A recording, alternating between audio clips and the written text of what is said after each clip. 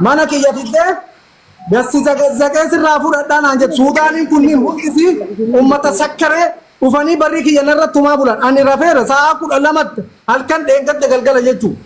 Suudaanii kana fidee anamma waliin dubban. Ali qabrii qabda hin sobin qoy. Amma jaartiin bifa dubbatu. Maaliif beekta?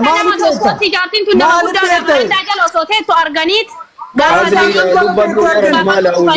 Poolisii hunda dawwalame miti. Dhageeffadhu kaanitu sitti himata. Dhageeffadhu si gaafadha. Na dhageeffadhu. Qoy doktor qoy waa gaafadha. Ani hin beekaa qoy waan akka gaafadha. Qaanii biyyarraa fiddan fakkeenya isintu fidee ennaan dallaala taatanii. Qaanii biyyarraa fidde fakkeenyaaf birrii 70 haa taatu 60 haa taatu birriidhaan fidde okay. Qaanii fiddee biiroo geessitu kana madaamirraa 5,000 haa ta'u 6,000 haa ta'u irraa fudhattanii laazima galchitan. Isii kamaal ta'u birrii ji'a yeroo isin mana madaamii seente ji'a birrii 10,000